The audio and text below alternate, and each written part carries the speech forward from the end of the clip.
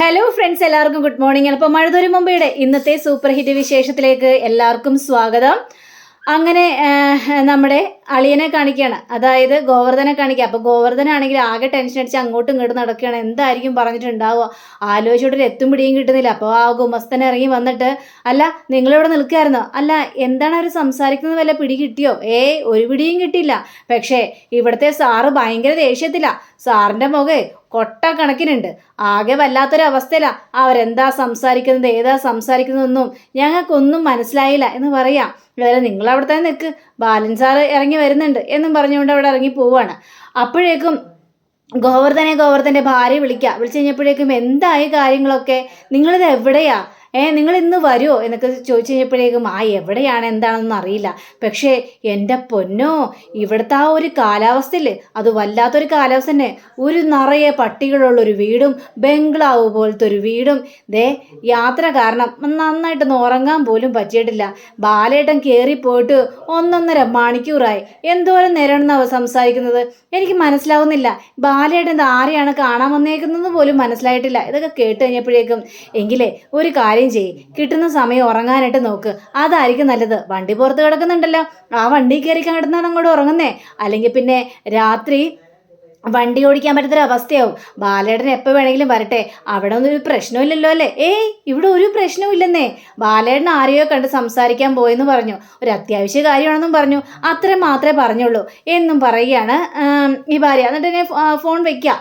അങ്ങനെ ഫോൺ വെച്ചതിന് ശേഷം ദാ വരുന്നു ബാലേന്ദ്രൻ നോക്കിക്കഴിഞ്ഞപ്പോഴേക്കും ഈ ഗോവർദ്ധനാണെങ്കിൽ കാറിൻ്റെ ഉള്ളിൽ കയറി നല്ല ഉറക്കാ. അപ്പോൾ ഗോവർദ്ധ എന്നും പറഞ്ഞുകൊണ്ട് ബാലേന്ദ്രൻ വിളിക്കുകയാണ്. അപ്പോൾ ഗോവർദ്ധൻ ചാടി എണീക്കുക. നല്ല ഉറക്കത്തിലായിരുന്നല്ലേ? എൻ്റെ ബാലേട്ടാ നന്നായിട്ട് ഉറങ്ങിപ്പോയി, ക്ഷീണം കാരണേ നന്നായിട്ട് ഉറങ്ങിപ്പോയെന്നും പറയാണ്. ബാലേട്ടാ കഴിഞ്ഞോ കാര്യങ്ങളെല്ലാം? അതൊക്കെ കഴിഞ്ഞു, ഇനി വണ്ടി എടുത്തോ. എൻ്റെ ബാലേട്ടത് എത്ര സമയമായി ബാലേട്ടാ? ഇതെന്താണ് ഇത്ര നേരം സംസാരിക്കാനായിട്ട്? അല്ലെങ്കിലും ഇതൊരു വീടാണോ? എൻ്റെ പൊന്നോ, ഈ വീടിൻ്റെ അകത്തേക്ക് പോലും കയറാൻ പറ്റാത്തൊരവസ്ഥയായിരുന്നു. നിറയെ പട്ടികളും, എവിടെ നോക്കിയാലും പട്ടി മുഴിച്ചു നോക്കിക്കൊണ്ട് വരുന്ന സീനാണ് ഞാൻ കാണുന്നത്. എന്നിട്ട് ബാലയുടെ സംസാരിക്കാനുള്ള കാര്യങ്ങൾ സംസാരിച്ചോ? അതൊക്കെ സംസാരിച്ചു ഗോവർദ്ധ. ഇനി നമുക്ക് പോകാം എന്നും പറഞ്ഞുകൊണ്ടൊരു വണ്ടി എടുക്കുക. പക്ഷേ സത്യങ്ങളെല്ലാം തിരിച്ചറിഞ്ഞ ഈ സ്റ്റാലിനാണെങ്കിൽ ബാലേന്ദ്രൻ പോകുന്നത് ഇങ്ങനെ നോക്കി തന്നെ നിൽക്കുകയാണ്. കാരണം എല്ലാ ചരിത്രവും ഈ സ്റ്റാലിനോട് പറഞ്ഞല്ലോ, തനിക്കൊരു മകളുണ്ടെന്നുള്ളൊരു കാര്യം വരെ സ്റ്റാലിൻ അറിഞ്ഞിരിക്കുകയാണ്. ഇതെല്ലാം കേട്ട ആ സ്റ്റാലിനാണെങ്കിൽ ഒരു മിണ്ടാപ്രാണിയെ പോലെ വല്ലാത്തൊരവസ്ഥയിൽ ഇങ്ങ് നിൽക്കുകയാണ്. എന്ത് ചെയ്യണമെന്ന് അറിയാൻ പറ്റാത്തൊരവസ്ഥ. അങ്ങനെ നമ്മുടെ ഈ അലീനയും ബാക്കിയുള്ള പിള്ളേരെയൊക്കെ കാണിക്കുകയാണ്. അപ്പോൾ അലീനയും ബബിതയും അതേപോലെ തന്നെ കൃഷ്ണമോളൊക്കെ അടുക്കളയിൽ നല്ല ജോലിയാണ്. നല്ല ജോലി ചെയ്യുന്ന സമയത്ത് രോഹിത്തും ജോലിക്ക് കൂടാനായിട്ട് വരുന്നുണ്ട്. അപ്പോൾ പറയുകയാണ്, ചേച്ചി അച്ഛനെ വിളിച്ചായിരുന്നോ, അല്ല അച്ഛൻ ഇന്ന് വരുമോ എന്നൊക്കെ ചോദിച്ചപ്പോഴേക്കും നമ്മുടെ ബബിതയാണെങ്കിൽ ഞാൻ അപ്പോഴേ പറഞ്ഞത് അച്ഛൻ വരുന്നില്ലെങ്കിൽ നമുക്കൊന്ന് കൊടൈക്കനാലൊക്കെ കണ്ടിട്ട് വരാമെന്ന്. എന്നിട്ട് നിങ്ങൾ സമ്മതിച്ചോ? വാഗമണ്ണൊക്കെ പോയിട്ട് നമുക്ക് വരായിരുന്നല്ലോ. അത് പിന്നെ മോളെ അച്ഛൻ പറഞ്ഞില്ലേ പോകണ്ട എന്ന്, പിന്നെ അച്ഛനെ ധിക്കരിച്ചുകൊണ്ട് നമുക്ക് പോകാനായിട്ട് സാധിക്കുമോ? അതും ശരിയാണ്, അച്ഛനെ ധിക്കരിച്ചുകൊണ്ട് പോകാനായിട്ട് പറ്റില്ല. പക്ഷേ എന്നാലും അച്ഛൻ എന്താന്നേ വരാത്തത്? എങ്കിൽ പിന്നെ അച്ഛനൊന്ന് വിളിച്ചു നോക്കും. ശരി, വിളിച്ചു നോക്കാം. ഈ സമയം തന്നെ ഈ ബാലേന്ദ്രനും അതേപോലെ തന്നെ ഗോവർദ്ധനും കൂടി വണ്ടി ഓടിച്ചുകൊണ്ടിരിക്കുക. അപ്പോൾ ബാലേന്ദ്രനോട് ചോദിക്കുകയാണ്, ബാലേട്ടാ എല്ലാം കഴിഞ്ഞോ? ഇനി എവിടെയെങ്കിലും പോകാനുണ്ടോ? ഇനി എങ്ങും പോകാനില്ല ഗോവർദ്ധ. എങ്കിൽ പിന്നെ നമുക്ക് വിട്ടാലോ വീട്ടിലേക്ക്? ഇന്നിപ്പോൾ പോകണ്ട, നമുക്ക് ഏതെങ്കിലും ഹോട്ടൽ മുറി എടുക്കാം, എന്നിട്ട് അവിടെ താമസിക്കാം. ക്ഷീണം എല്ലാം മാറിയിട്ട് പോയാൽ മതി. എനിക്ക് ക്ഷീണമൊന്നുമില്ല ബാലേട്ടാ, എനിക്ക് ഡ്രൈവ് ചെയ്യുന്നതുകൊണ്ട് ഒരു കുഴപ്പമില്ല. പക്ഷേ എനിക്ക് ക്ഷീണമുണ്ട്, എനിക്ക് ഹോട്ടൽ മുറിയിൽ എവിടെയെങ്കിലും തങ്ങണം, അതിന് ശേഷം പോയാൽ മതി. അല്ല ബാലേട്ടാ, നമ്മൾ നീലഗിരി പോയി, പിന്നെ കുറേ സ്ഥലങ്ങളിൽ പോയി, എന്താ ഇത്? എന്നിട്ട് ഇപ്പം നമ്മൾ ലാസ്റ്റ് പോയത് എവിടെ? അലീനയെ എവിടെ നിർത്താൻ പോകുന്നത്? അതോ നീലഗിരി പോയപ്പോൾ അവിടെ നിന്ന് അഡ്രസ്സ് വേറെ സ്ഥലത്തേക്ക് പോയി, അവിടെ നിന്ന് അഡ്രസ്സ് വന്നു കഴിഞ്ഞപ്പോഴത്തേക്കും ഇന്ന സ്ഥലത്തേക്ക് പോകാൻ പറഞ്ഞു. ബാലേട്ടാ ഇതെന്താ ഒരു സംബന്ധമില്ലാത്ത കാര്യങ്ങളെല്ലാം പറയുന്നത്? ബാലേട്ടന് ഇതെന്താ പറ്റിയത്? എനിക്ക് മനസ്സിലാവുന്നില്ല ബാലേട്ടാ. അതൊക്കെ മനസ്സിലാവുകോടോ, ചില കാര്യങ്ങളൊക്കെ തീരുമാനിക്കാനൊക്കെ വേണ്ടിയാണല്ലോ ഞാൻ പോയത് ബാലേട്ടാ. ബാലേട്ടൻ എന്തോ എന്നോട് മറച്ചു വെക്കുന്നുണ്ട്. എടോ, ഞാൻ ഇന്നേ വരെ നിങ്ങളോട് എന്തെങ്കിലും മറച്ചു വെച്ചിട്ടുണ്ടോ? എല്ലാ കാര്യങ്ങളും ഗോവർദ്ധന അറിയാൻ പോകുന്നതേ ഉള്ളൂ എന്നൊക്കെ പറയാം. അങ്ങനെ ആ ഹോട്ടൽ മുറി എടുക്കുക. അപ്പോഴേക്കും നമ്മുടെ അലീനയുടെ കോള് വരിക. അപ്പോൾ അലീനയുടെ കോൾ വന്നു കഴിഞ്ഞപ്പോഴേക്കും ദേ അലീന മോളാണോ വിളിക്കുന്നത് എന്ന് പറഞ്ഞുകൊണ്ട് കോൾ എടുത്ത് കഴിഞ്ഞപ്പോഴേക്കും ആ മോളെ അലീനെ. അപ്പോൾ കൃഷ്ണമോളായിരുന്നു. അയ്യോ അലീന മോളല്ല, അയ്യോടാ എൻ്റെ ചക്കരയായിരുന്നോ കൃഷ്ണമോള്, എന്താ മോളെ? ആ അതെ അത് തന്നെ. അച്ഛൻ ഇപ്പം എപ്പോഴാണ് വരുന്നത് എന്ന് ചോദിച്ചപ്പോഴേക്കും അയ്യോ പൊന്നുമോളെ, ഇന്ന് മീറ്റിംഗ് കഴിഞ്ഞപ്പോഴേ കുറച്ച് ലേറ്റായിപ്പോയി, അതുകൊണ്ട് അച്ഛൻ ഒരു ഹോട്ടൽ മുറി താമസിച്ചിട്ടെ നാളെ അങ്ങോട്ട് എത്തുള്ളൂ. എന്താ അതുപോരെ? ആ അത് മതി അച്ഛൻ എന്താ വരാത്തതെന്നും പറഞ്ഞ് ഞങ്ങളോട് ടെൻഷൻ അടിച്ചിരിക്കുകയായിരുന്നു. അല്ല നിങ്ങളെവിടെ വീട്ടിൽ തന്നെയല്ലേ? ആ ഞങ്ങൾ വീട്ടിൽ തന്നെ അല്ലാതെ ഞങ്ങൾ എവിടെ പോകാനാണ് അങ്ങനെ നമ്മുടെ അലീനയോട് സംസാരിക്കണം. അച്ഛൻ എപ്പോഴാണ് വരുന്നത്? അത് പിന്നെ നാളെ വരുള്ളൂ മോളെ, നല്ല ക്ഷീണം, അതുകൊണ്ട് ഒരു ഹോട്ടൽ മുറിയിൽ ഞങ്ങൾ തങ്ങാമെന്ന് വിചാരിച്ചു. അയ്യോ ക്ഷീണമാണെങ്കിലേ വണ്ടി ഓടിക്കണ്ടിട്ടോ ദേ സൂക്ഷിച്ചു വേണം, പിന്നെ നന്നായിട്ട് ഭക്ഷണം കഴിക്കണം, ഹോട്ടൽ മുറി താമസിച്ച് റെസ്റ്റ് എടുത്തിട്ട് നാളെ സാവധാനം വന്നാൽ മതി, ഇവരുടെയൊക്കെ കാര്യം ഞാൻ നോക്കിക്കോളാം ആയിക്കോട്ടെ മോളെ എന്നും പറഞ്ഞുകൊണ്ട് ഫോൺ വെക്കുകയാണ്. ഫോൺ വെച്ച് കഴിഞ്ഞപ്പോഴേക്കും കണ്ടോടോ അലീനയ്ക്ക് എന്നോട് എത്രമാത്രം സ്നേഹമാണെന്നറിയാവോ? അത് തന്നെ ബാലേട്ടൻ എനിക്ക് മനസ്സിലാവാത്തത്. ബാലേട്ടനെ ഹോട്ടൽ മുറിയിലേക്ക് കയറില്ല, ഞാനൊരു കാര്യം ചോദിക്കട്ടെ. അല്ല ഈ അലീനയ്ക്ക് വേണ്ടി എന്തിനാണ് ഇങ്ങനെ ഓടി നടക്കുന്നത്? ഏതായാലും അലീനയും ബാലേട്ടനും തമ്മിൽ യാതൊരു ബന്ധവും ഇല്ല, പിന്നെ എന്തിനു വേണ്ടി ഇങ്ങനെ ഓടി നടക്കുന്നു എന്ന് ചോദിച്ചപ്പോഴേക്കും എടോ ഒരു ബന്ധവും ഇല്ലെങ്കിലും പക്ഷേ അവൾ എനിക്ക് തന്ന സ്നേഹം, ഈ കുടുംബം ഇത്രയും നന്നായിട്ട് മുന്നോട്ട് പോകുന്നത് ഒരാൾ കാരണമാണ്. കുടുംബത്തിലേക്ക് അവൾ കയറി വന്നതിൽ പിന്നെയാണ് പല സംഭവങ്ങളും ഉണ്ടായത്. കുടുംബം എന്താണെന്ന് ഞാൻ ശരിക്കും തിരിച്ചറിഞ്ഞത് അവൾ വന്നതിന് ശേഷമാണോ? എങ്കിൽ പറ ബാലേട്ടാ, എന്തിനാ നമ്മൾ ആരെ കാണാനാ ഇന്ന് പോയത്? ബാലേട്ടനും അവയും തമ്മിൽ എന്താ സംസാരിച്ചത്? എനിക്കത് അറിഞ്ഞേ മതിയാവുള്ളൂ. എടോ ഗോവർദ്ധ, തന്നോടും പിന്നെ എൻ്റെ പെങ്ങളായ അവളോടും എന്തെങ്കിലും കാര്യങ്ങൾ ഞാൻ മറച്ചു വെച്ചിട്ടുണ്ട് എൻ്റെ ജീവിതത്തിൽ? ഇല്ല, മറച്ചു വെച്ചിട്ടില്ല. അതുകൊണ്ടല്ലേ ബാലേട്ടനോട് ഞാൻ ചോദിക്കുന്നത്. ഇനി എന്നോട് പറയാൻ പറ്റാത്ത വല്ല കാര്യമാണെങ്കിൽ പറയണ്ട, എങ്കിൽ പിന്നെ പറയാൻ പറ്റാത്ത കാര്യം താൻ അറിയണ്ട. എന്താ ബാലേട്ട ഇത്? മനസ്സിന് ചുമ്മാ ടെൻഷൻ തരാതെ.